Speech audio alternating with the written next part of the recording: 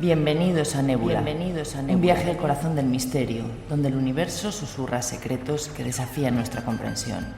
Somos Raúl Sacrest y Patricia Alonso, tus guías en esta travesía por lo desconocido, donde las estrellas no solo iluminan el cielo, sino también los enigmas que guardan. En Nébula exploraremos los misterios que yacen más allá del horizonte, aquellos que se esconden entre las sombras de la realidad y la imaginación. Desde antiguas civilizaciones que miraban al cielo buscando respuestas hasta fenómenos inexplicables que continúan desafiando a la ciencia moderna. Acompáñanos en cada episodio mientras desentrañamos historias de lo inexplicable. Exploramos los confines de la mente humana y nos adentramos en las profundidades del universo en busca de las respuestas que yacen en el abismo. Ajusta tu mirada al firmamento. Apaga las luces de la razón y deja que el misterio te envuelva. Esto es Nébula. Bienvenidos a lo desconocido.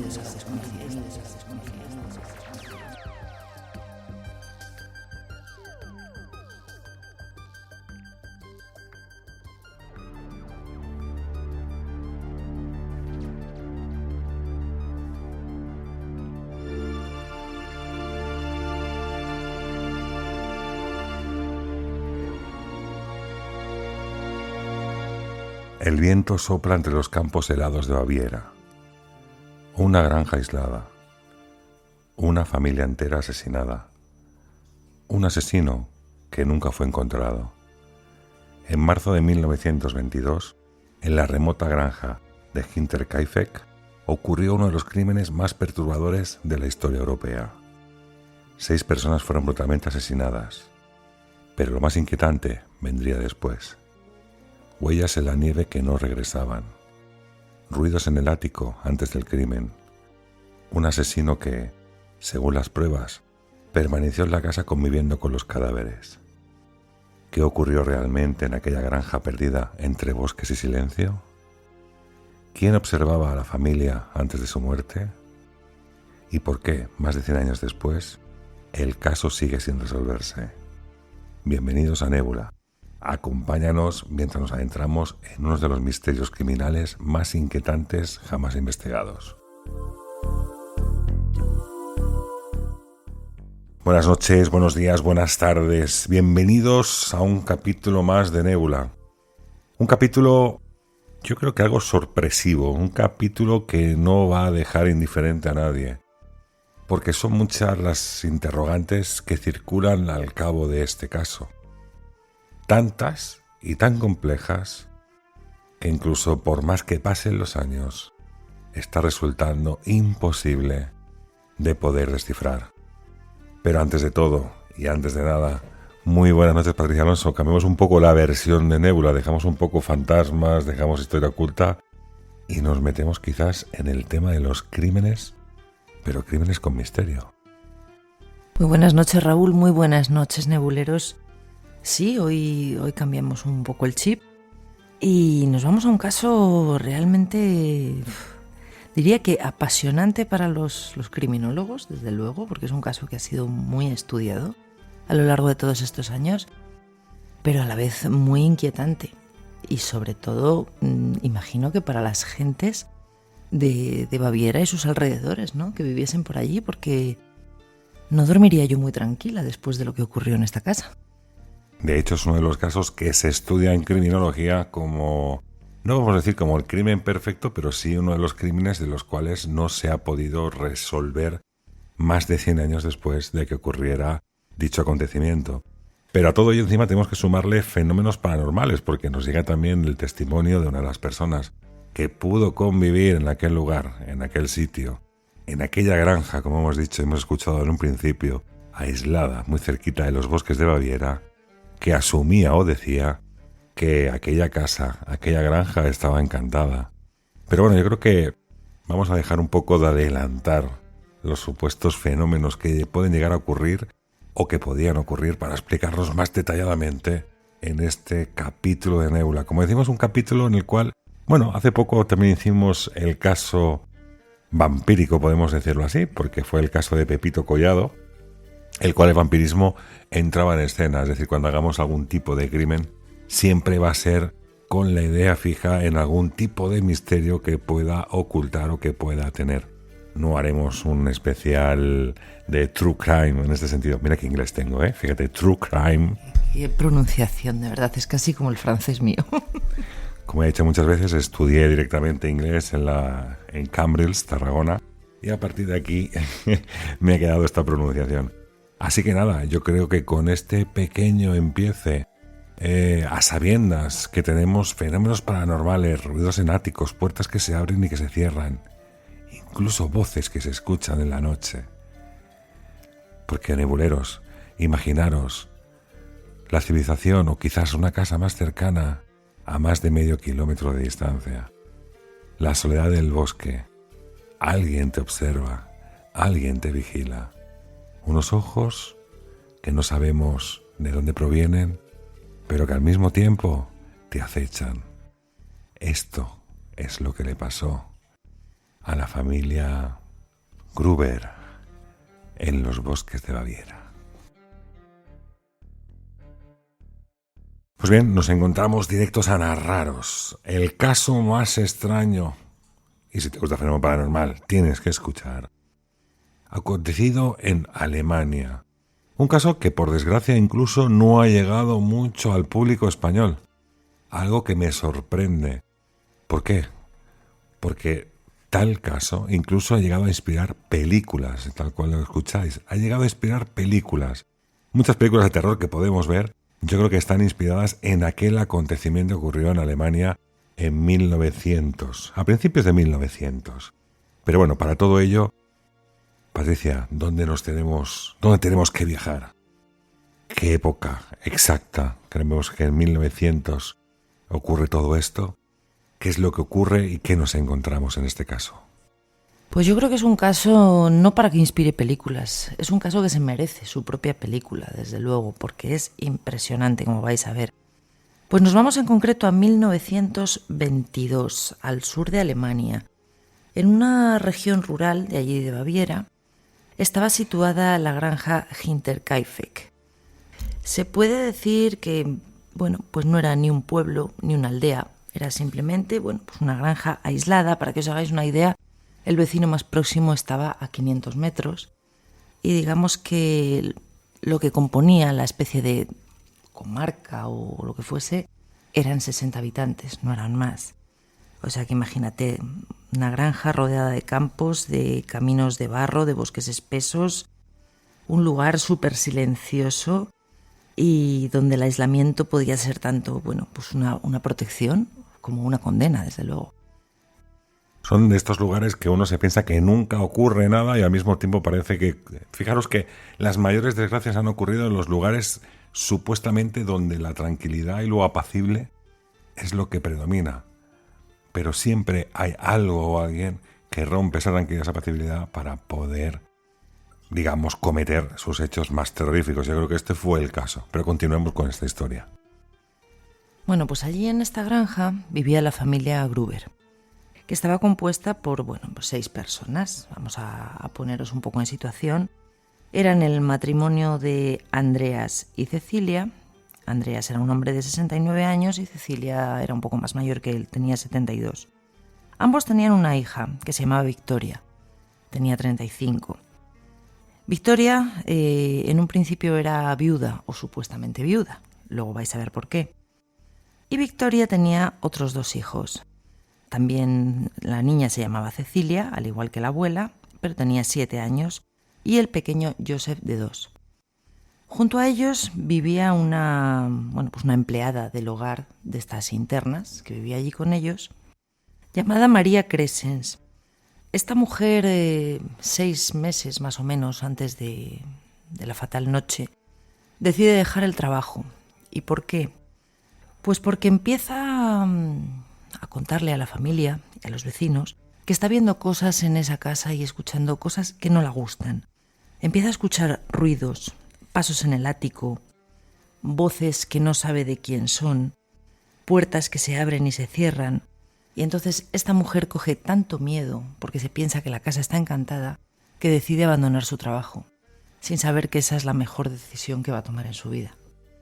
Y tanto, fíjate que quizás lo que tanto aterrorizaba a María Crescens En este sentido, aquellos pasos en el ático, aquellas voces, aquella sensación de que algo o alguien estaba por detrás de aquellas paredes, en aquel lugar, pero que por más que buscaban y buscaban, nunca llegaron a encontrar absolutamente a nadie.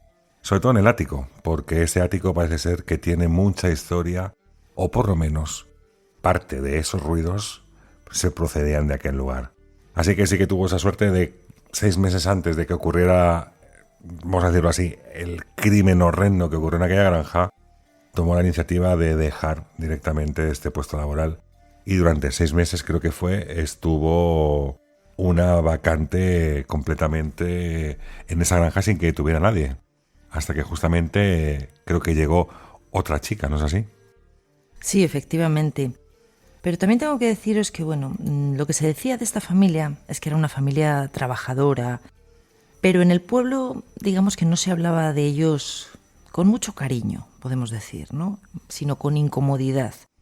Porque alrededor de los Gruber, digamos que había rumores oscuros, discusiones violentas, había secretos familiares y uno especialmente muy perturbador, ya que se decía que Andreas, el padre, podría llegar a mantener una relación un poco, digamos, enfermiza con su hija Victoria. Vamos, que algunos rumores hablaban de incesto. Y no solamente eso, también se hablaba mucho que Andreas, en este caso, a Cecilia, a su mujer, también le infligía violencia de género. Quizás estamos hablando de una época en que a lo mejor era, vamos a narrarlo así porque es una realidad, quizás era más común la violencia de género interna dentro del propio domicilio. Y esto es una verdad como se rige. Pensar que estamos hablando de principios de 1900.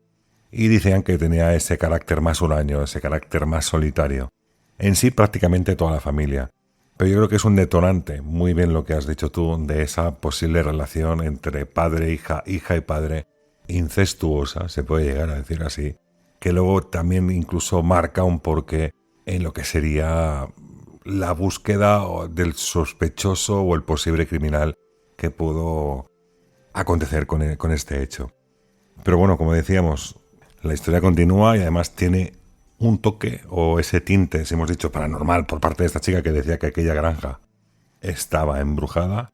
Parece ser que se acontecen una serie de hechos que por lo menos son extraños. Pues sí, porque días previos al crimen, Andreas, el padre, comienza a notar también, bueno, pues cosas extrañas. Primero ve unas huellas en la nieve, ¿no? Unas huellas que venían desde el bosque hacia la granja, pero lo extraño es que no había huellas de regreso. Era como si alguien hubiese ido a la casa y allí se hubiese quedado. Las huellas no eran de ellos. Después también comenzaron los sonidos. Este hombre aseguraba escuchar también pasos en el ático por la noche, pisadas lentas, como si alguien caminase por encima de las habitaciones. Pero obviamente pues revisó la casa, no encontró a nadie, pero los ruidos continuaron. También le comentó a los vecinos de allí alrededor que había perdido un juego de llaves, que bueno, pues hombre, en un lugar así que pierdas las llaves, pues es algo que te da un poco de inquietud, ¿no? Decir, a ver si alguien va a coger las llaves y bueno, pues puedes llegar a ser una amenaza. Los animales algunas veces aparecían sueltos, sin que nadie los hubiese abierto. Los vecinos le decían que, bueno, pues que denunciase todas esas cosas, pero el hombre, bueno, pues tampoco le quiso dar mayor importancia, ¿no? No quiso empeorar el ambiente y bueno, ya que ya había mucha gente que decía que si la casa estaba embrujada, por lo que había ido contando esta mujer, la sirvienta, pues él tampoco quería alimentar todo eso. Bueno, de hecho ellos, incluso cuando aquella chica toma la decisión de plantar el trabajo y marcharse, como va comentando estas cosas, ellos la única alternativa que tienen es decir de que psiquiátricamente esa chica no estaba bien, es decir, que estaba loca, vamos a llamarlo así, y que, claro, reconocer esa parte de cada los vecinos era complicado, porque si reconoces esa parte de los ruidos, por lo menos te hubieran dicho que igual la chica tenía razón. Pero a los pasos, por ejemplo, sí que es cierto que este hombre, Andreas, estuvo revisando toda la casa, arriba, abajo, en todas partes, y no encontró nada. De hecho, aquellos pasos terminaban en lo que sería la parte de la sala de máquinas, que estaba cerrada, y aquellos pasos allí se zanjaron, es decir, que no se sabe. Bueno, si alguien entró, tuvo que entrar con llave, eso por lo menos, ¿no? Pero esa aparición de llaves fue a posterior. Y como estamos hablando de una aldea rural, en ese sentido, pues el hecho de llamar a la policía pues tampoco suponía un gran crimen, porque joyas, dinero, y no había desaparecido simplemente más que el juego de llaves, que a lo mejor puede pensar el hombre que lo había perdido, y simplemente pues aquellas pisadas de forma extraña. Y llegamos al día 31 de marzo de 1922. Ese día precisamente llega a la granja una nueva interna, una nueva sirvienta, que se llamaba María Baumgartner. María Baumgartner. Mi alemán es como tu inglés. Pero tú has estado en Cambridge. Yo no estaba en Cambridge. Y bueno, pues este era el primer día de trabajo de esta mujer. Llegó acompañada de una hermana, que bueno, pues iba como de avanzadilla, ¿no? Con ella para ver dónde iba a dejar a su hermana, en qué sitio, en qué condiciones. Y cuando vio que, bueno, pues que todo aquello parecía normal, una familia con niños pequeños, pues la mujer se marchó pues tan conforme. No notaron nada alarmante, sí que dijeron, bueno, pues que era un lugar pues como muy, muy silencioso, ¿no? Tal vez incluso un poco hostil. María se quedó en esa casa sin saber que ese iba a ser su último día con vida, ya que nadie podía imaginar que esa misma noche ocurriría el horror. Y cuando la noche cayó, esa granja pues se quedó rodeada de silencio allí en el campo. No había farolas, no había tráfico, solo viento, árboles, oscuridad. Y en algún punto de esa noche alguien comenzó a matar.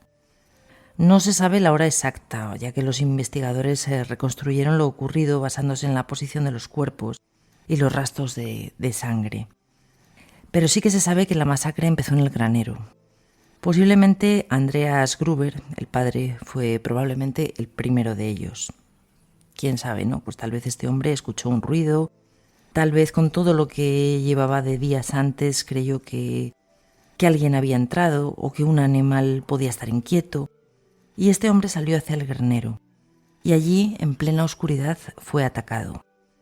El arma que utilizaron fue una herramienta agrícola, parecida a una azada o un pico, y un golpe de esa herramienta podría pues, partir un cráneo, que realmente es lo que ocurrió. Un golpe seco en la cabeza y Andreas cayó fulminado. Después el asesino hizo algo, se podría decir que escalofriantemente metódico, porque no atacó a todos a la vez, ¿sabes? Es como si los fuese atrayendo uno por uno hacia el granero. Su esposa, Cecilia, suponemos que salió al escuchar algo y también fue asesinada. Pero Cecilia no solamente recibió un golpe en la cabeza, sino que la cortaron también el cuello. Se sabe que esta mujer agonizó durante más tiempo, ya que tenía arañazos en su propio cuerpo de ella misma, como si se hubiese echado las manos al cuello intentando parar la hemorragia. La siguiente fue Victoria, la hija del matrimonio, y después la pequeña Cecilia de 7 años.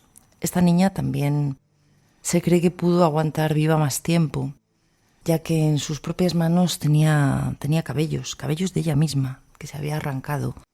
¿No? Pues entendemos que por el sufrimiento de ese momento, la cría al ver que se moría, al estar rodeada de cadáveres de su familia, madre mía, eso tuvo que ser tremendo.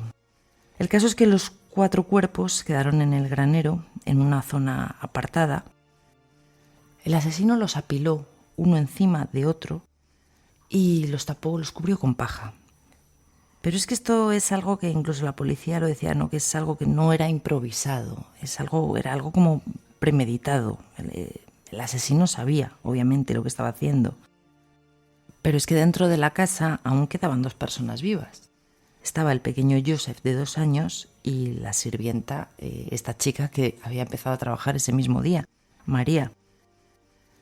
El asesino se fue primero a por María, que, como os digo, bueno, pues esta mujer llevaba apenas unas horas en la granja.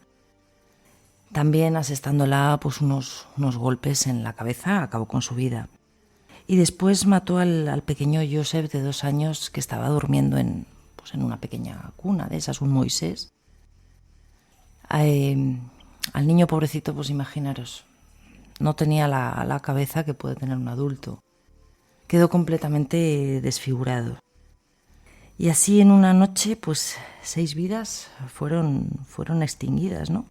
6 personas, 6 asesinatos, no hubo testigos, no hubo gritos que llegaron al pueblo, solamente el silencio de todo ese campo tragándoselo todo. Fíjate que has hecho una cronología perfecta dentro de lo que supuestamente puede ocurrir, ¿no? Esa atracción hacia el granero, el fallecimiento de 4 personas, 4 de los miembros familiares en aquel granero y 2, una que era la trabajadora y el niño que dormía en aquella otra habitación. Pero lo curioso de todo esto, fíjate que hay un dato que mirando los archivos policiales, los pocos que quedaron, porque tenemos que decir que incluso los archivos policiales de este caso estaban en un edificio, digamos, de los juzgados, y con la Segunda Guerra Mundial también se incendiaron directamente y se perdieron prácticamente toda la documentación que se podía aportar sobre este caso. Pero independientemente de esto, sí que es cierto que nos quedaron pues una serie de dudas. ¿Cuáles son las dudas en este sentido? Evidentemente alguien tuvo que atraer hasta ese granero a la familia, pero es curioso porque fíjate que Andreas y Cecilia, es decir, los abuelos, los padres, estaban en pijama y la hija y la nieta estaban vestidas como de calle. Aquí hay 2 opciones viables. Una es que todavía no se había metido en la cama, tanto hija y nieta no se habían metido en la cama, los abuelos sí, o que los primeros en caer fueron los abuelos en aquel granero y a posterior aquella madre con la niña se vistió para ir a ver qué pasaba en aquel granero y se vistieron otra vez de calle. Es la única duda existencial. Se cree, de alguna forma, que fueron atraídos hasta ese lugar porque no quedaban rastros de sangre. Es decir, si hubiera cometido el crimen, por ejemplo, en el comedor o en otra parte de la casa, el hecho de arrastrar aquellos cuerpos hubiera significado dejar un pequeño rastro de sangre que no había. Es decir, que los cuerpos fueron muertos en el lugar donde estaban. 4 en el granero, el niño en su Moisés, en el cuco, en la cuna donde estaba durmiendo, y la sirvienta en la cama que tenía para dormir. Curiosamente, y fijaros lo que ha dicho Patricia, la familia es amontonada y tapada con heno. La chica nueva trabajadora, aquella criada, es tapada con sábanas de la propia cama. Y el niño incluso también es tapado con unas faldas de la propia madre. Así, no sabemos si que tenía algo, pues no querer ver lo que había acontecido o no querer saber lo que allí realmente había ocurrido. Por lo menos el asesino no quería ver esa realidad quizás. Pues durante los días siguientes, sobre todo, pues el primer día y el segundo, digamos que nadie sospechó nada, ¿no? Porque la granja no parecía estar abandonada. Los animales estaban alimentados, seguían saliendo pues a pastar del granero donde estaban, seguían saliendo los animales, luego volvían a entrar. Era una rutina que parecía, pues continuar, ¿no? Se veía humo salir de la chimenea. Entonces, pues en un principio nadie sospechaba. Sí que es verdad que luego ya el correo se empezó a acumular. Al día siguiente del asesinato, recordemos que esto fue la madrugada del viernes al sábado, pues el sábado llegaron 2 vendedores de café, pues que solían ir por allí cada cierto tiempo, se llamaban Hans y Edgar. Y nadie les abrió la puerta, aunque pues tampoco les extrañó, ¿no? Pues a lo mejor no están, se han ido a algún sitio, El domingo los amigos de Victoria, de la hija, fueron a buscarla para ir a misa, ya que esta chica además, pues cantaba en el coro también. Pero lo mismo, nadie abrió la puerta, tampoco le dieron mayor importancia. El lunes, la niña Cecilia no acudió a clase. Pensaron que podría estar enferma, aunque pues era raro, ¿no? Que nadie les hubiese avisado. Era raro, pero no extraño. Efectivamente. Y ya sí que el martes 4 de abril fue por la casa un mecánico que era pues habitual de la familia, ¿no? Que le llamaban cuando había algún vehículo estropeado, algún tipo de maquinaria de la granja. Y este hombre, bueno, pues les había dicho que iba a ir por allí a arreglar un motor, por lo visto. Se llamaba Albert Hovna. Este hombre intenta entrar porque, bueno, pues entraba directamente, pero vio que la sala de calderas estaba cerrada con candado. Estuvo esperando por allí, bueno, pues cierto tiempo, a ver si venían y tal. Y al no abrirle nadie, se fue a casa de un vecino, Lawrence, a preguntar por la familia. Bueno, el vecino le dijo que bueno, en principio que no sabía nada. Entonces este hombre decidió regresar a la granja. Se puso a mirar la puerta y vio que solamente estaba cerrada con un candado y bueno, pues como el tiempo se le echaba encima y tenía más cosas que hacer, pues decidió con sus propias herramientas forzar el candado. Entró y estuvo allí más o menos pues unas 4 horas y media. Cuando terminó, cerró, pero se dio cuenta de un detalle, de que el granero estaba abierto y el perro estaba atado. Y cuando él había llegado, el granero estaba cerrado y el perro estaba por allí suelto. Entonces se va otra vez a casa del vecino, de Lawrence, y se lo comenta. Y en ese momento el vecino Lawrence decide enviar a sus 2 hijos, bueno, pues a Johan, de 16 años, y a Joseph, de 9, a que echen un vistazo por la granja a ver si ocurre algo. Los críos se acercaron por allí, bueno, echaron un vistazo y en un principio no notaron nada raro. Así que volvieron y es lo que le comunicaron a su padre. Bueno, notaron algo raro o sí notaron algo raro. Pensar que en aquella época sí que es cierto que Andreas, es decir, el abuelo, se pasaba mucho tiempo, por ejemplo, en el campo. Pero por contra, las mujeres se pasaban mucho tiempo en la casa preparando la comida. Y esto fue lo que también llamó poderosamente la atención. Es decir, cuando aquellos niños, Johan y Joseph, regresaron a decirle a su padre Lawrence que no había nadie en la granja y como tal algo extraño podía estar pasando, tomó la decisión de avisar a 2 de sus vecinos, a Michael Poole y a Jacob Siegel. Estos 3 hombres se acercaron directamente hasta la granja para ver qué estaba ocurriendo, para ver si aparecía alguien y alguien podía decir por qué la niña no iba al colegio, por qué no fueron a misa, por qué no daban señales de vida y qué es lo que estaba pasando, porque incluso el mecánico, trabajando prácticamente 4 horas y media, tampoco vio absolutamente a nadie en aquel lugar y a posterior sus hijos que se desplazaron hasta allí tampoco vieron a nadie. Así que tomaron la decisión de 3 vecinos acercarse directamente a aquella granja. Pues estos 3 hombres decidieron ir hacia la casa. Bueno, dieron una vuelta por los alrededores y aparentemente todo era normal, era sospechosamente normal. Entonces tomaron la decisión de forzar la puerta del granero, ya que estaba cerrada, y entraron. Cuando entraron, bueno, pues ya el olor ya era evidente, ¿no? Notaron algo raro. Y según fueron andando, de repente uno de ellos tropezó con algo. Cuando se dio la vuelta y vio el montón de paja amontonada, se dio cuenta que con lo que había tropezado era un pie. Incluso, bueno, de hecho el vecino que tropezó fue Lawrence. Tiró del pie y entonces ahí descubrieron el horror.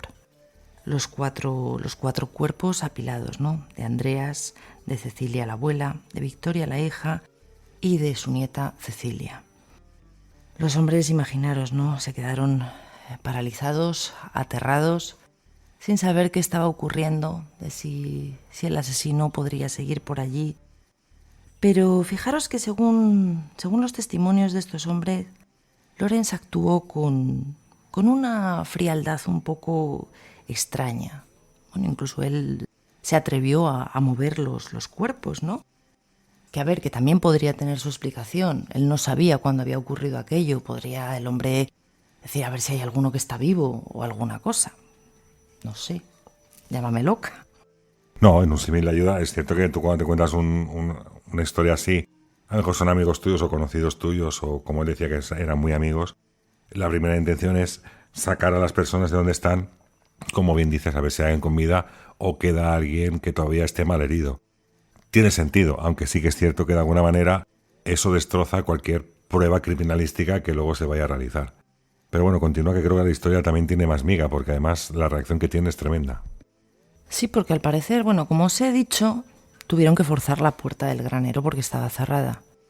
Pero algo que llamó la atención a estos otros 2 vecinos que iban con Lawrence es que directamente la puerta que iba del granero hacia la vivienda, este hombre sacó su propia llave del bolsillo y con una frialdad pasmosa abrió la puerta y lo que hizo fue salir corriendo a la habitación del niño.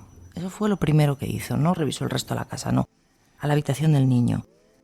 Y allí, pues, imaginaros la escena, ¿no? Aquello tuvo que ser brutal. Allí encontró al pequeño Josep muerto en el Moisés, con la cabeza totalmente destrozada. E incluso los otros vecinos tuvieron que salir de la casa porque no lo aguantaban, no ver aquello. Luego, posteriormente, encontraron también, como os hemos dicho antes, a María, fallecida en su habitación y tapada con una ropa. Incluso en la ventana de la habitación había ropa apilada, como si alguien la hubiese puesto para que desde fuera, desde la calle, no se pudiese llegar a ver el suelo de la habitación, ¿no? de lo que había en el suelo. Sí, eso es un dato curioso, que apilan esa cantidad de ropa. Y dices tú, si lleva solamente un día esta chica trabajando en ese lugar, es muy difícil que haya apilado esa cantidad de ropa directamente en aquella ventana. Es curioso que Lawrence corra así, porque además es que los otros dos vecinos se quedaron prácticamente en el granero muertos de miedo por el temor de a que el asesino todavía pudiera encontrarse en aquel lugar. Y fue Lawrence que encontró todo esto. Yo creo que ellos salieron y rápidamente llaman otra vez a los niños, a los hijos de Lawrence, para que acudieran a la policía, y que la policía enseguida se presentó en aquel lugar para investigar qué es lo que había podido ocurrir en aquel trágico acontecimiento o asesinato criminal horrendo de 6 personas, 5 familiares y una trabajadora de aquella granja. Sí, pero cuando llegó la policía, realmente la escena del crimen estaba arruinada, porque antes de llegar ellos, mucha gente del pueblo se había acercado hasta allí. Habían movido cosas, lo habían tocado todo, incluso habían movido los cuerpos. Entonces, claro, cuando la policía llegó, pues dijeron que el daño que habían hecho en cuanto a pruebas era irreparable, ¿no? Realizaron una investigación. Lo que sí que se descartó desde un principio fue el robo, porque en esa casa, por lo visto, había muchas joyas, había mucho dinero en metálico, en papel moneda, había monedas de oro, había monedas de plata, y todo estaba allí. Había mucha maquinaria para el campo, nada, no se había tocado nada. Pero lo que sí que está claro es que alguien había vivido en esa casa, ya que en estos días, desde el fallecimiento hasta que fueron los cuerpos encontrados, como os he comentado antes, allí se había cocinado. Salía humo por la chimenea, porque los vecinos lo veían, ¿no? Que por eso tampoco les llamaba la atención. Como hemos dicho también, los animales habían sido cuidados, habían estado alimentados. O sea, ¿quién había estado viviendo en esa casa y en qué momento había salido de ella, no? Porque recordemos que cuando el mecánico estaba arreglando el motor, él dijo que en un principio la puerta estaba cerrada y el perro suelto, y cuando él se marchó la puerta estaba abierta y el perro atado. Entonces, ¿quién iba a tener la osadía, ¿no?, de quedarse allí en esos momentos previos para poder ser descubierto?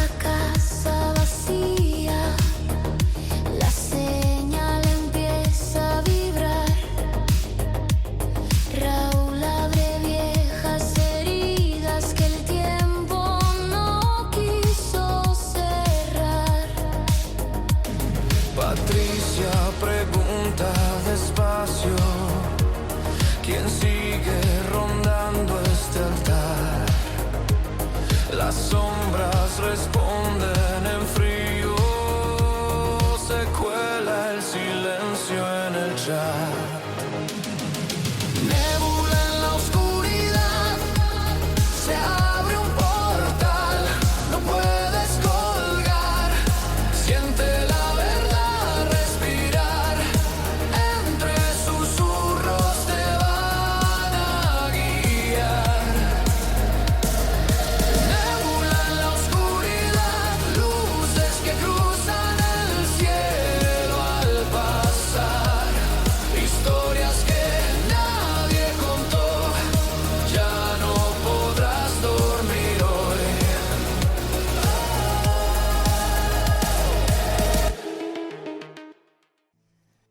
Fíjate que aquí tenemos varias casuísticas dentro de la propia criminología. Una es la motivación. Como te has dicho, la motivación del robo no existe. ¿Por qué? Porque nadie se llevó dinero, nadie se llevó joyas, nadie se llevó maquinaria. Curiosamente, se supo que alguien estuvo conviviendo con aquellos cuerpos previo a que, cuando se realizó la autopsia, se dijo que había fallecido. La autopsia se realizaba, para que os hagáis una idea, en el lugar del crimen, no se realizaba en un laboratorio. En aquella época, a principios de 1900, se realizaba en el propio lugar donde aparecían los cuerpos. Aquí el forense dictaminó que habían fallecido desde la noche del 31 al día 1. Esto debe ser por conocimientos que tenían en aquella época. Con lo cual, cuando vieron, como bien dice Patricia, los animales, las vacas estaban ordeñadas. Si no, imaginaros lo que hubiera sido para aquellas vacas el hecho de no poder dar la leche o poder extraer aquella leche. Los animales tenían agua fresca. Los animales tenían comida. Los animales salían y entraban. Qué cosa más extraña. Pero fíjate que lo más curioso de todo esto es que si nos paramos a pensar desde un principio, 6 meses atrás, incluso antes, 6 meses atrás es cuando la primera asistenta toma la decisión de marcharse porque escucha ruidos y escucha voces en aquella casa. Imagino que serían unos meses antes. Entonces, si hay alguien que está acechando a esta familia, ¿por qué espera más de 6 meses en cometer aquel homicidio? Espera que llegue una nueva sirvienta. ¿Por qué no lo hace antes? Y segundo, una persona es capaz de vivir durante más de 6 meses en una misma propiedad sin que nadie sea capaz de ver a esa persona, ni vecinos, ni habitantes, ni la familia, ni la asistenta, nadie de nadie. Y cuando escuchaban aquellos ruidos, por más que corrían hacia aquel ático, tampoco encontraban a nadie. Cuando escuchaban una puerta cerrar o abrir, tampoco encontraban a nadie. ¿Quién tiene esa capacidad para poder, de alguna manera o de alguna forma, esconderse de tal forma?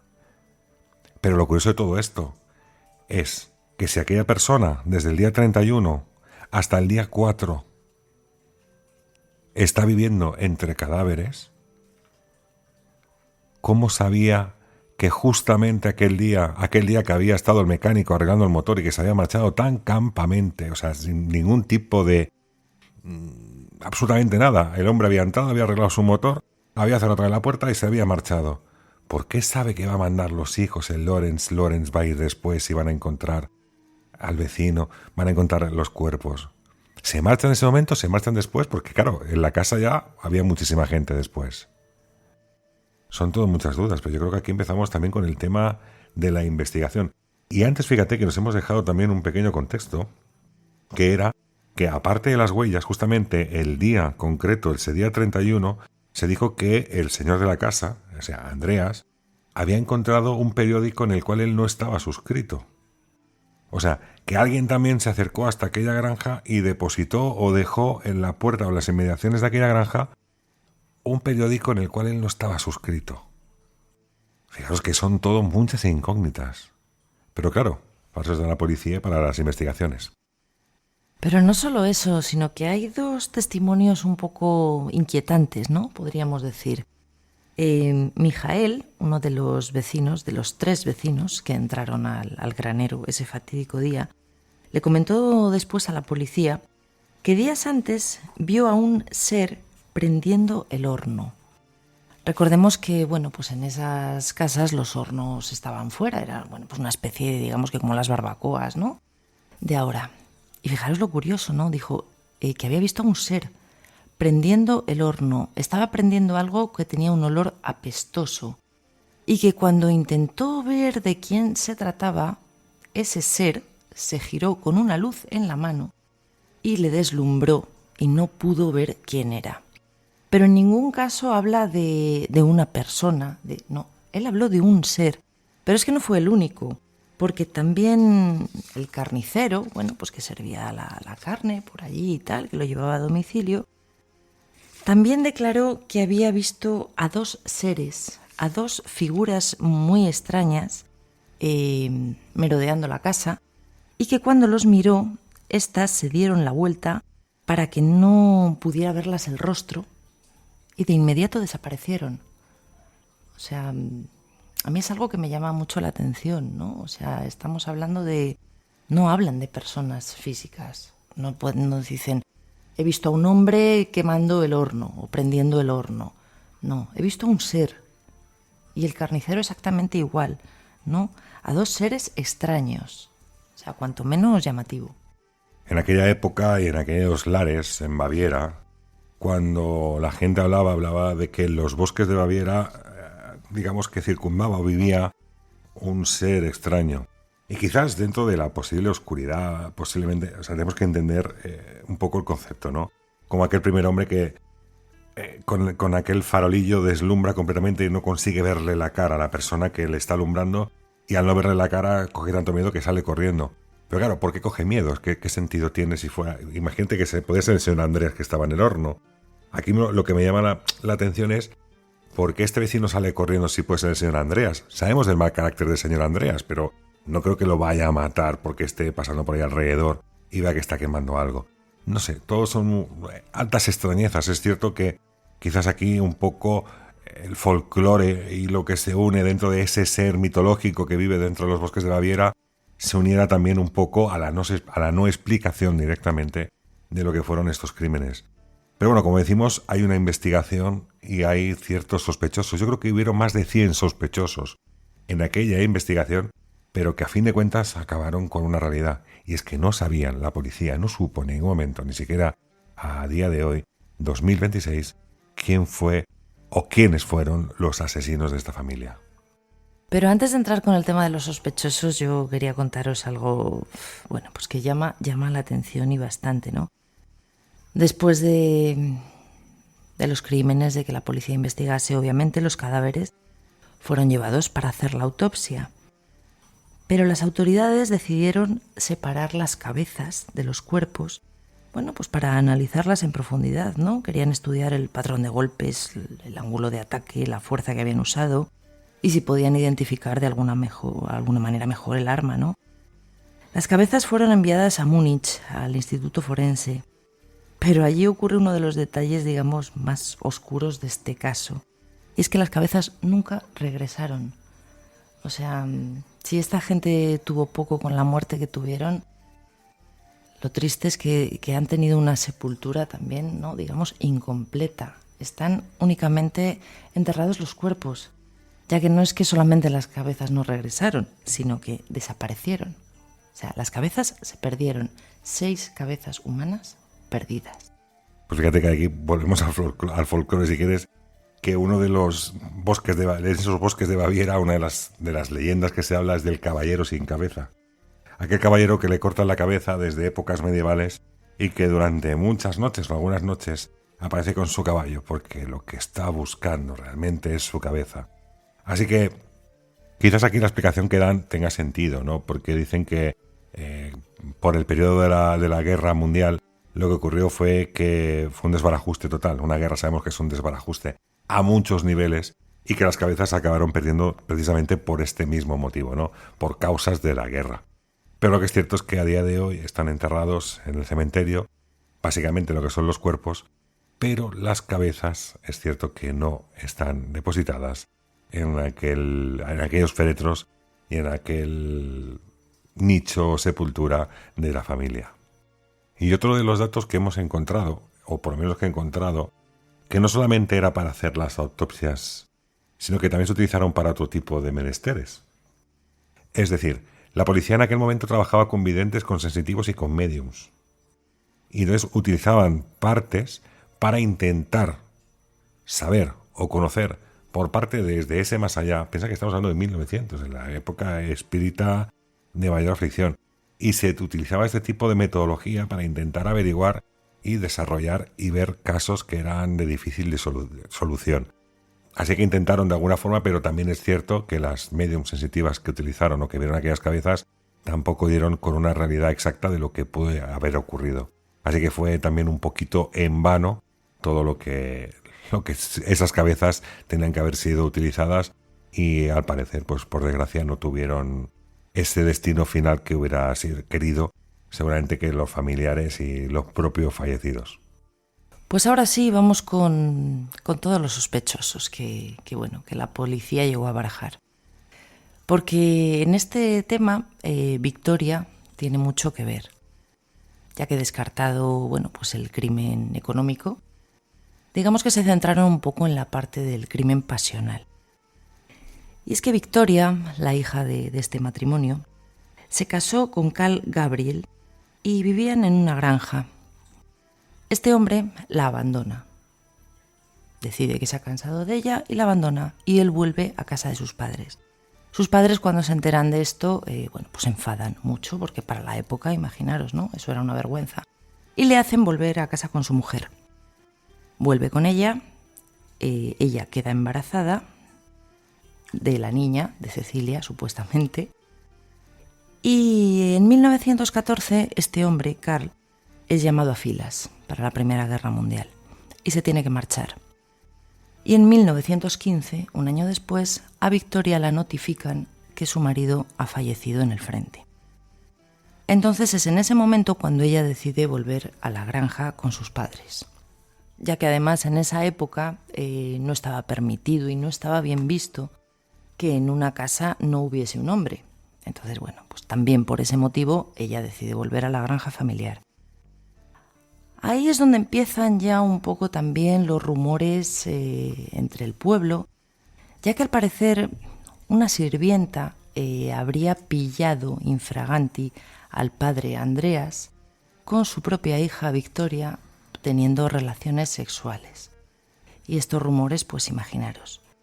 Luego, poco después, nació el niño. Unos años después, nació el niño Joseph, que no sabemos realmente de quién era hijo. Claro, aquí viene la primera dicotomía, vamos a llamarlo de alguna forma. Primero porque en 1914, como bien dices, Patri, es denunciado por, lo tengo aquí, realizar cosas indebidas durante padre e hija. Realizar cosas indebidas. Esto acaba en el juzgado y acaban condenando a Andreas, al padre de la hija del incesto, por 1 año en cárcel, y a la misma chica, en este caso a Victoria, a 1 mes de cárcel. O sea que quedan unos antecedentes ahí grabados de que entre padre e hija realizaban cosas indebidas. Claro, aquí surge la gran duda de si el niño, porque hemos dicho antes que había un niño que se llamaba Joseph, recordar, de 2 años, ¿quién podría ser el padre? Y si el padre mantenía relaciones con su propia hija, pues quizás 2 y 2 en este caso sumen 4. Es posible. Y aquí viene el nombre del primer sospechoso, ya que la policía, llegó a pensar que incluso el propio fallecido Carl Gabriel, el marido de Victoria, realmente pudo haber incluso fingido su muerte durante la guerra, ¿no? Ya que en ese momento había mucha gente que no quería estar en la guerra, había muchos desertores, pero si lo hacían de esa manera, desertaban, se enfrentaban a un pelotón de fusilamiento. Entonces muchos de ellos optaban por fingir su muerte, desaparecer, y si te he visto no me acuerdo.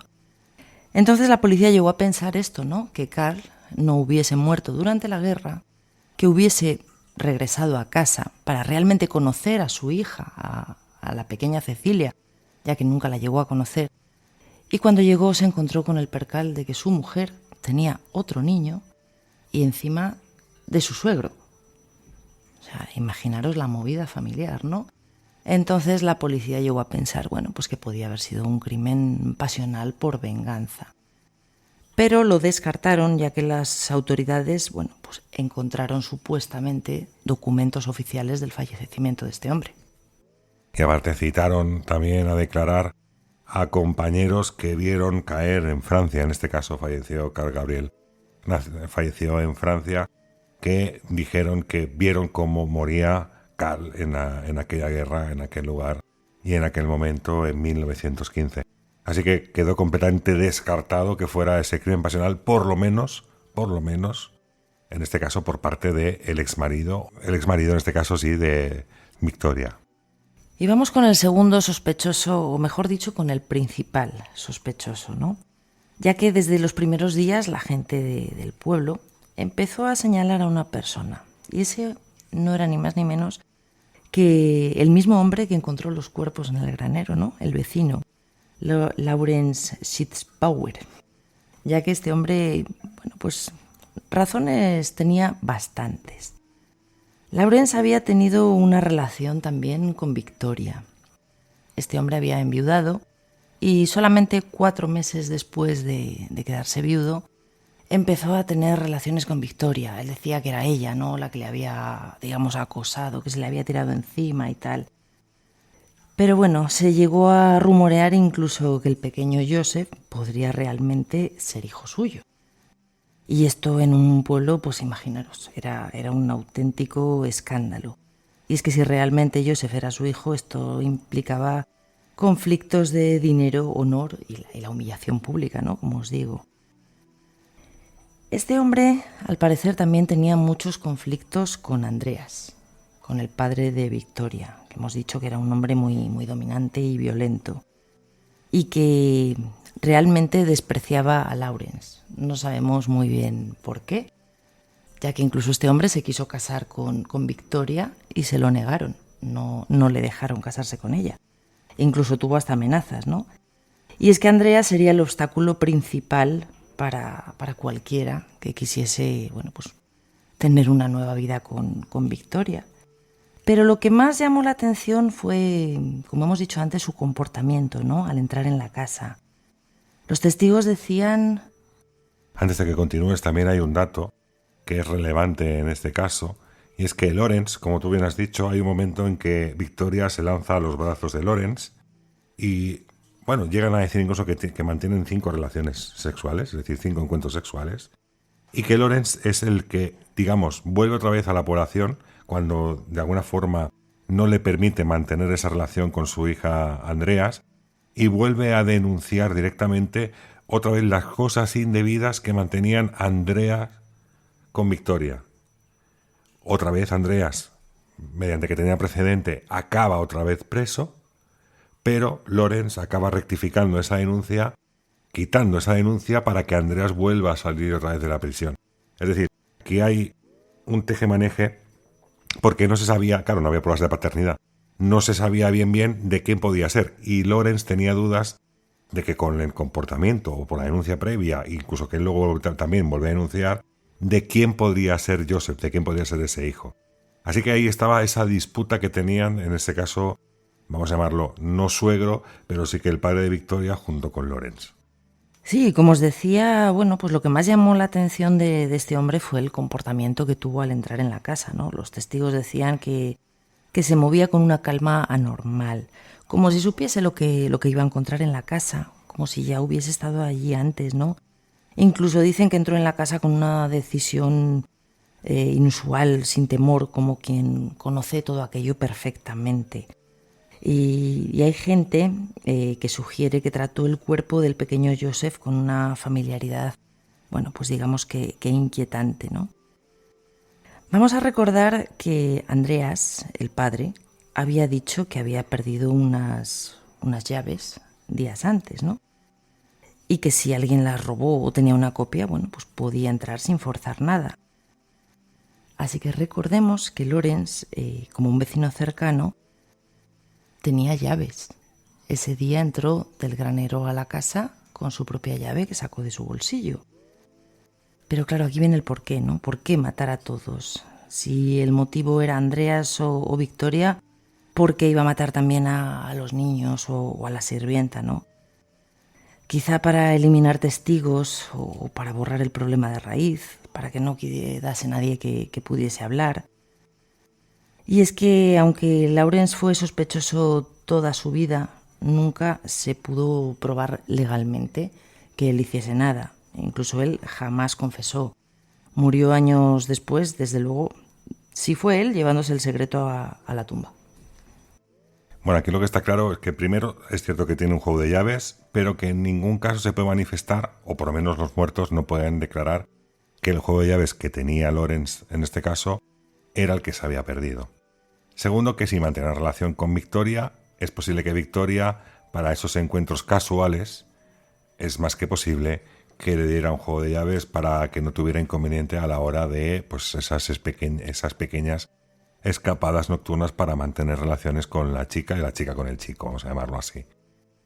Es una cosa que... Y luego también a mí me llama la atención de por qué...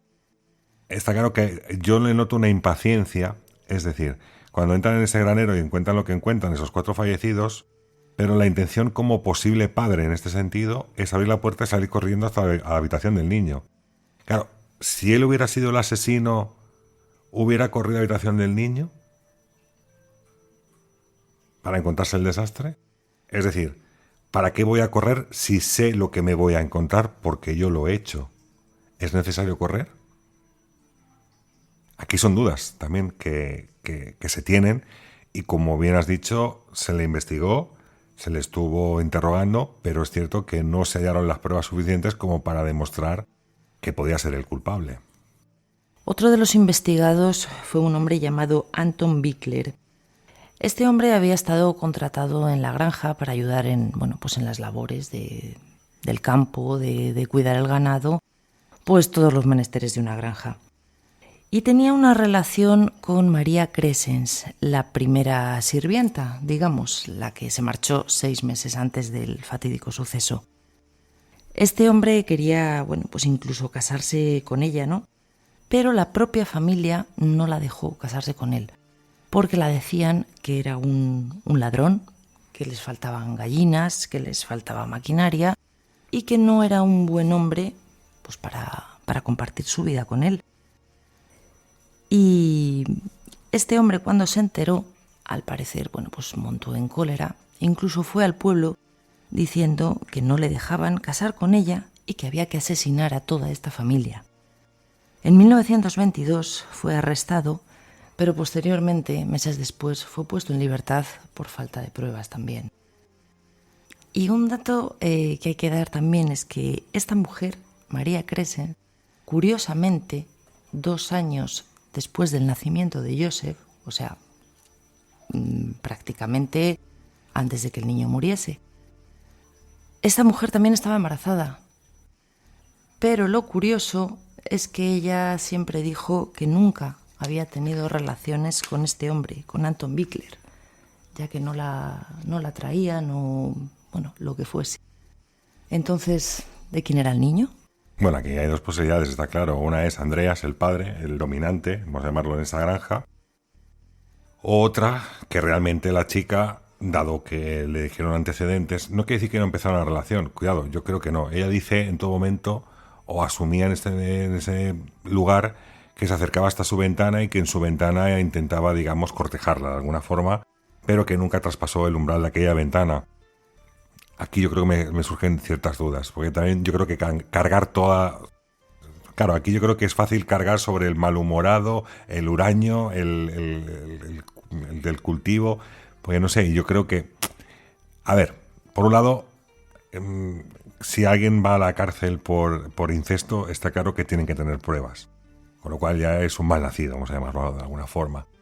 No sé, aquí también surgen dudas de ese niño también, de quién podía ser, pero bueno, son las mismas. Es que las pruebas de paternidad en aquella época no dejaban lugar a dudas. Es decir, como no existían, pues uno tenía que guiarse un poco de las probabilidades y de con quién te había juntado en aquel momento para que ocurrieran, digamos, estos accidentes o estos embarazos quizás no deseados.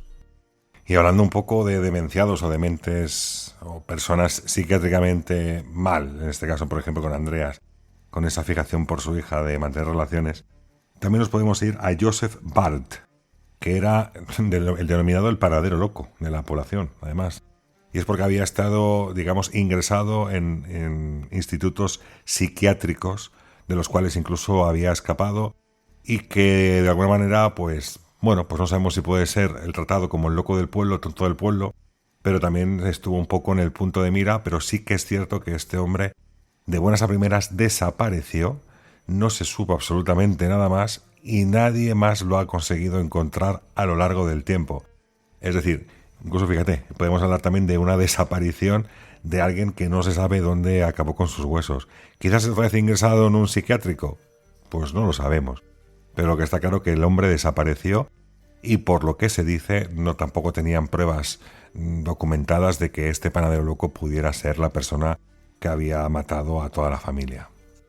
Pero hay otra teoría que la policía también estuvo investigando, y es la de que el asesino ya estaba viviendo escondido en Hinterfaiken antes de la masacre. Ya que, bueno, pues todas las señales encajan, ¿no? Las huellas que llegaban desde el bosque, pero no retornaban.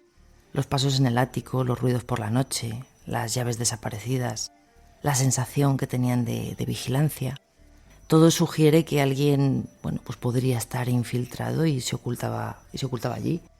Que sabemos, ¿no? Tal vez un vagabundo, un fugitivo, alguien mentalmente inestable, como has dicho tú, o tal vez alguien que conocía a la familia y decidió espiarlos durante días, semanas, meses. Y es que todo esto explicaría por qué el asesino pudo quedarse después, ¿no? Porque ya estaba instalado, sabía dónde estaban las cosas, la comida, sabía dónde dormir sin ser visto, podía moverse por la casa, por el establo, encender el fuego, comer, alimentarse, alimentar a los animales. Y mientras los cadáveres estaban, digamos, en el granero y en la vivienda, esta persona caminaba por allí como si fuese el dueño, ¿no? A sus anchas. Claro, pero es que vamos a las mismas. Si alguien está viviendo dentro de esa casa, por grande que sea, que además tenemos la imagen, imagina que es una casa que tenía forma completamente de L, donde la sala de máquinas, digamos, que hacía esa parte de L junto con lo que sería el granero. ¿Y tú crees que durante más de 6 meses tú puedes convivir en una casa sin que te pillen en momento alguno nadie ni te vea? Es cierto que hay unas huellas. Es cierto que hay un periódico. Es cierto que hay ruidos durante la noche en el ático. Es cierto que incluso se escuchan voces. Claro, de buenas a primeras denominada por el fenómeno paranormal, pero yo creo que de paranormal no tiene absolutamente nada. Yo fíjate que estudiando el caso, mira, en el 2017 creo que se investigó a nivel criminalístico, creo que fue también en Alemania o en Inglaterra este caso, y se dijo además que no se podía dar o sea, que el principal sospechoso no podría ser otra persona que alguien relacionado con la familia y demás, pero que no quisieron dar el nombre. No sé por qué no quisieron dar el nombre. Según dicen, porque todavía hay familia viva y entonces esto pues repercutiría de alguna forma sin tener esa sensación o esa lógica tangible de que esto pudo ocurrir así. Pero yo creo que es bastante imposible que una persona conviva, por mucho que quiera vivir en el ático. Tenemos que pensar que el ático de aquella casa es una casa, digamos, donde el ático no era de fácil acceso, esa es la primera. Y la segunda, que aparte de ser de difícil acceso, evidentemente eran de aquellos tejados que eran como muy empinados, muy elevados y al mismo tiempo muy empinados para que la nieve no se quedara directamente en el tejado, porque era un lugar donde la nieve era abundante. Hablamos de Alemania y hablamos de los bosques de Baviera, es decir, que la nieve prácticamente durante mucho tiempo al año. Y eso hubiera ocurrido pues percances como derrumbes del propio tejado, por eso se construían de esa manera. Así que no es un lugar cómodo o no es un lugar fácil de acceso o no es un lugar cómodo y fácil para poder estar viviendo durante... Claro, es que hablamos de 6 meses tranquilamente. 6 meses que esta chica lo que supuestamente aguanta escuchando esos ruidos y quizás, mira, teniendo las sensaciones o ese algo por dentro para decir, me voy de aquí porque va a ocurrir algo malo. De cualquier manera, bueno, pues tenemos que decir que el caso con el tiempo se fue enfriando. Sí que es verdad que la policía interrogó a docenas de personas, pero desde el primer momento, como hemos dicho, el caso se complicó porque hubo demasiados curiosos, ¿no?, que habían pues contaminado el lugar y con ello pues hicieron que se perdiesen huellas, se movieron objetos, pudieron destruir el rastro del asesino.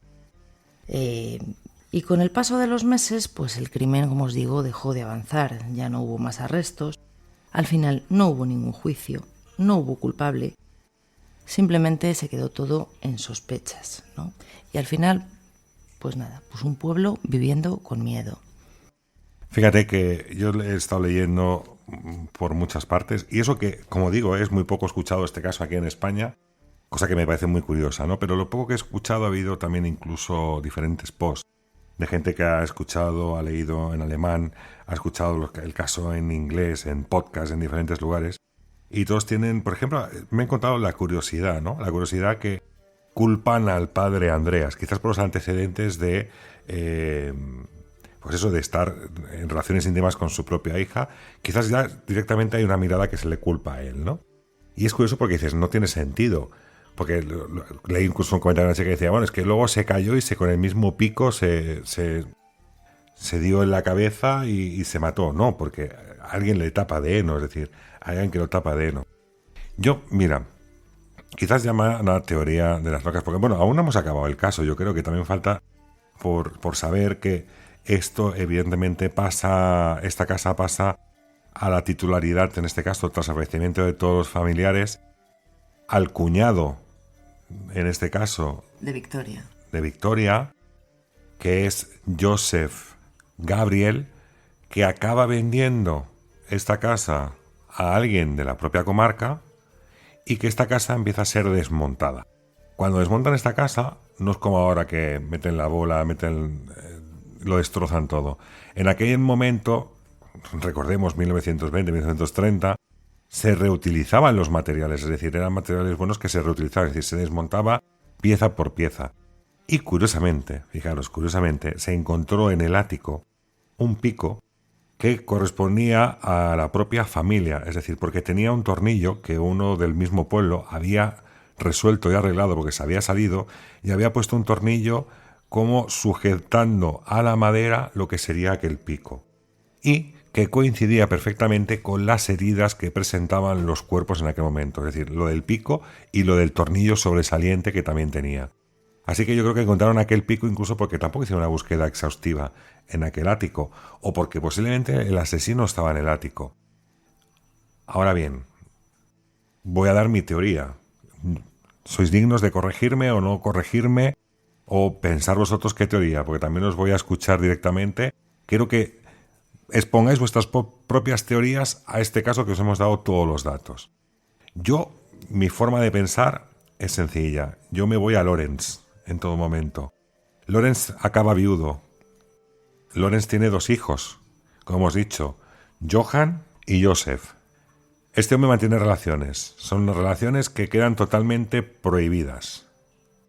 Tú fíjate lo curioso de todo esto. Hay un dato que es muy curioso, que dicen que el día del asesinato, el día del crimen, el día 31, el vecino más cercano, que era Lorenz, no se encontraba en ese momento en su domicilio, sino que estaba en otro lugar.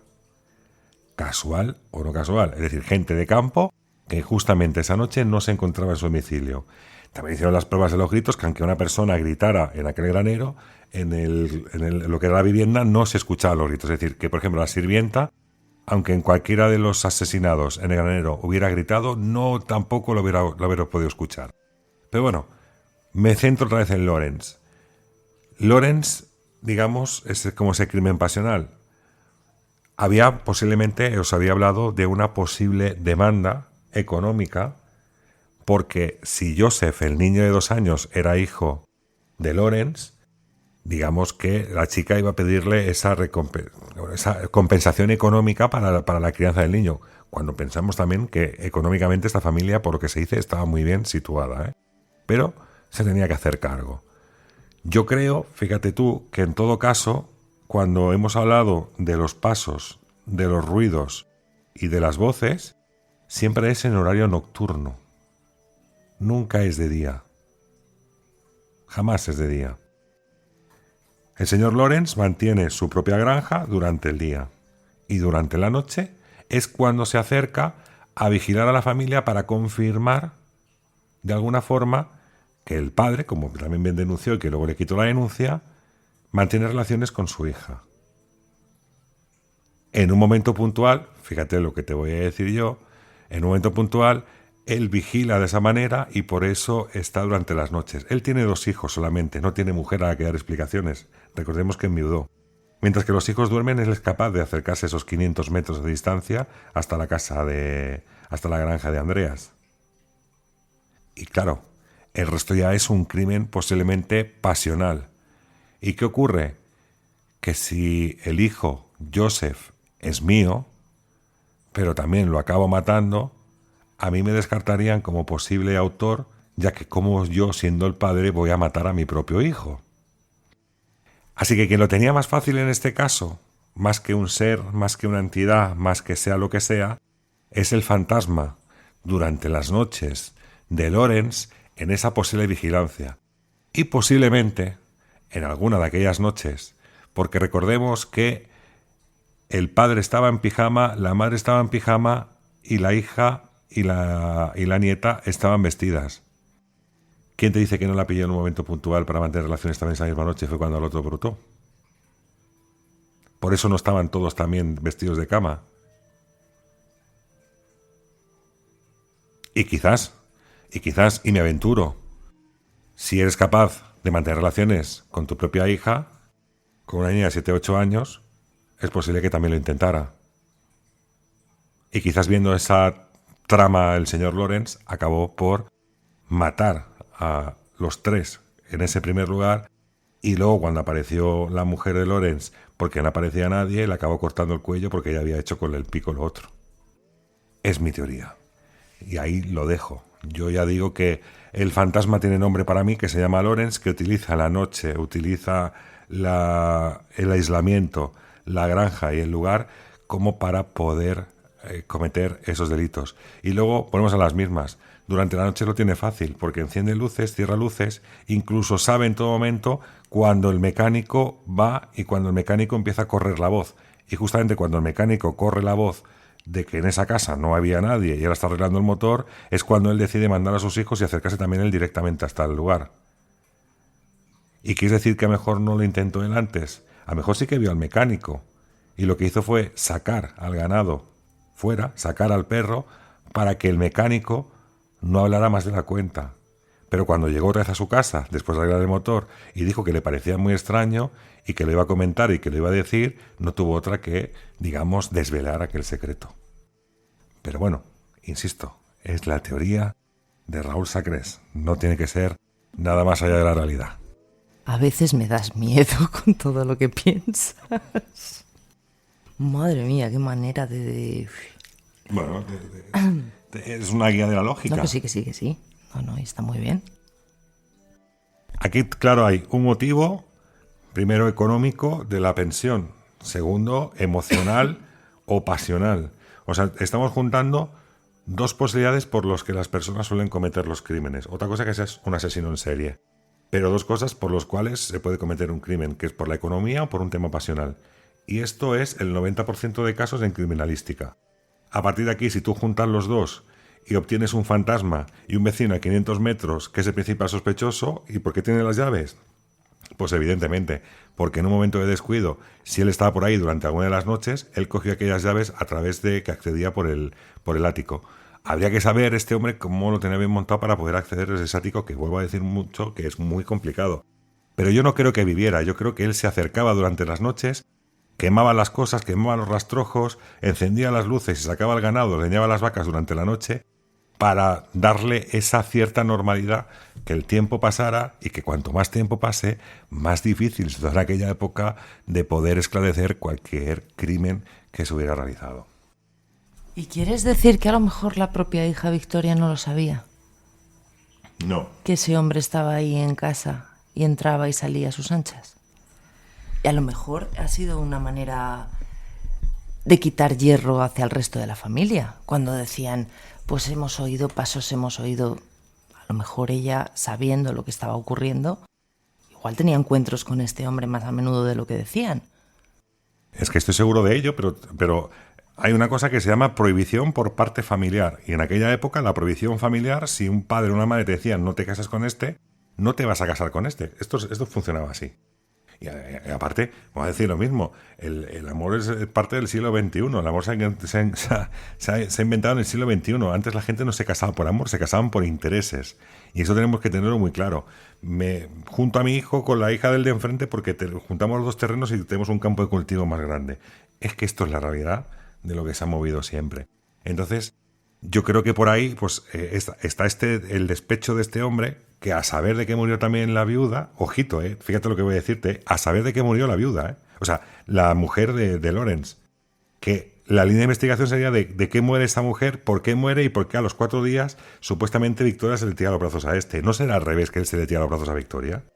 Evidentemente es mucho más joven. Victoria tenía 35 años. Dudo que una chica joven de 35 años se tira a los brazos de un tío más mayor. Pues no me acuerdo qué años tenía Lawrence, pero era más mayor. O incluso a lo mejor la relación con Victoria era durante el matrimonio. Y por eso la mujer desapareció de escena. Claro, es que son 4 años atrás. Es decir, esto ocurre en 1900... 4 meses. Sí, pero 4 años atrás es cuando enviuda él. Entonces, el 22, 21, 19, 18, 17. En el 17 es cuando, digamos, empiezan a mantener ese tipo de relaciones. ¿Por qué? Porque él enviuda. Antes no.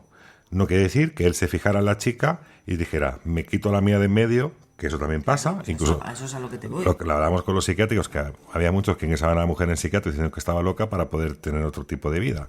Pero bueno, yo creo que anda por ahí todos los términos. Pero bueno, le estamos dando muchas vueltas a este campo. Y antes de despedirnos, yo quería también matizaros otro concepto que ha habido, otra investigación que ha habido, que también vosotros, para que tengáis la alternativa. Y para ello nos tenemos que ir hasta Estados Unidos, nada más y nada menos. Es que en 2017 se publica el libro The Man from the Train, El hombre del tren, obra de un escritor especializado en historia del béisbol llamado Bill James y su hija Rachel McCarthy. James, evidentemente. En el libro, los James reconstruyen minuciosamente y con abundante documentación una serie de crímenes ocurridos en Estados Unidos y Canadá entre 1898 y 1912, aunque en su época aquellos crímenes fueron investigados como casos aislados. Bill James y su hija afirman que en realidad fueron cometidos por una sola persona, un asesino en serie al que identifican con Paul Müller, un inmigrante alemán sospechoso en uno de los casos y que trabajaba como leñador itinerante, al que le atribuyen entre 59 y 94 víctimas, nada más y nada menos. Todos los crímenes presentan numerosos rasgos comunes, entre ellos, y sorprendentemente, también con los crímenes de Hinterkaifeck, familias enteras asesinadas en granjas aisladas, muertos a golpes con una herramienta, los cuerpos movidos tras el asesinato y cubiertos con ropas o mantas, la ausencia de robo, las sospechas de que el asesino podía haber pasado algún tiempo escondido en las granjas o sus cercanías antes de cometer los crímenes, y la presencia entre las víctimas de niñas preadolescentes. La atracción sexual hacia ellas se apuntaba como el móvil de los crímenes. Los James hacen referencia expresa a Hinterkaifeck en su libro especulando con qué quizás también pudiera haber sido obra de Müller.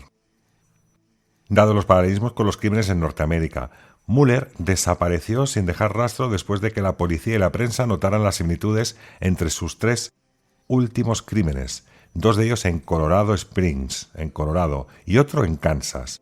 Y los James especulan con que quizás al sentirse en peligro de ser descubierto pudo haber regresado a su Alemania natal y allí volver, por lo menos en una ocasión, a dar rienda suelta a sus instintos más criminales. Pues yo creo que después de todo esto ya solamente nos queda decir que en el lugar de los crímenes a día de hoy no queda nada, simplemente es un campo de cultivo. No quisieron dejar muestra alguna para que aquello se convirtiese, pues digamos, en un Amityville. Simplemente hay una placa conmemorativa en el suelo en el que están el nombre de las 6 víctimas y no quedaba nada más. No es un sitio turístico, nadie va hasta allí. Simplemente, bueno, pues la gente que vive por allí al pasear, pues supongo que será lo que ve. Así es, la gente quiso conmemorar de alguna forma aquel horrendo crimen, manteniendo, como dices tú, esa especie de recordatorio que se sigue manteniendo, evidentemente, y que de alguna forma nos recuerda la capacidad del ser humano de cometer atrocidades. Y como hemos dicho en un principio, cuando luego he sacado yo mi famosa teoría, a veces cuando tenemos a personas delante indeseables, nos centramos en esas personas, sabiendo lo indeseables que son, y a veces, fijaros, que los pequeños árboles no nos dejan ver el bosque.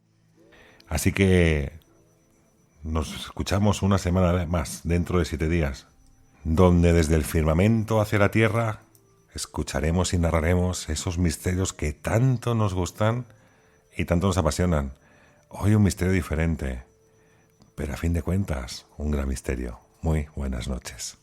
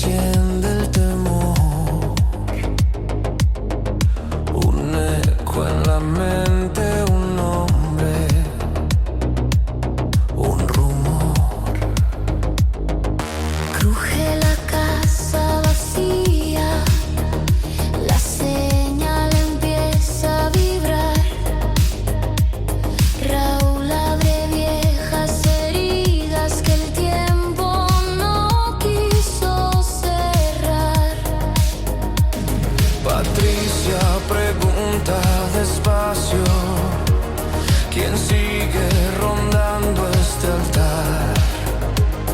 Las sombras responden en frío, se cuela el silencio en el chat.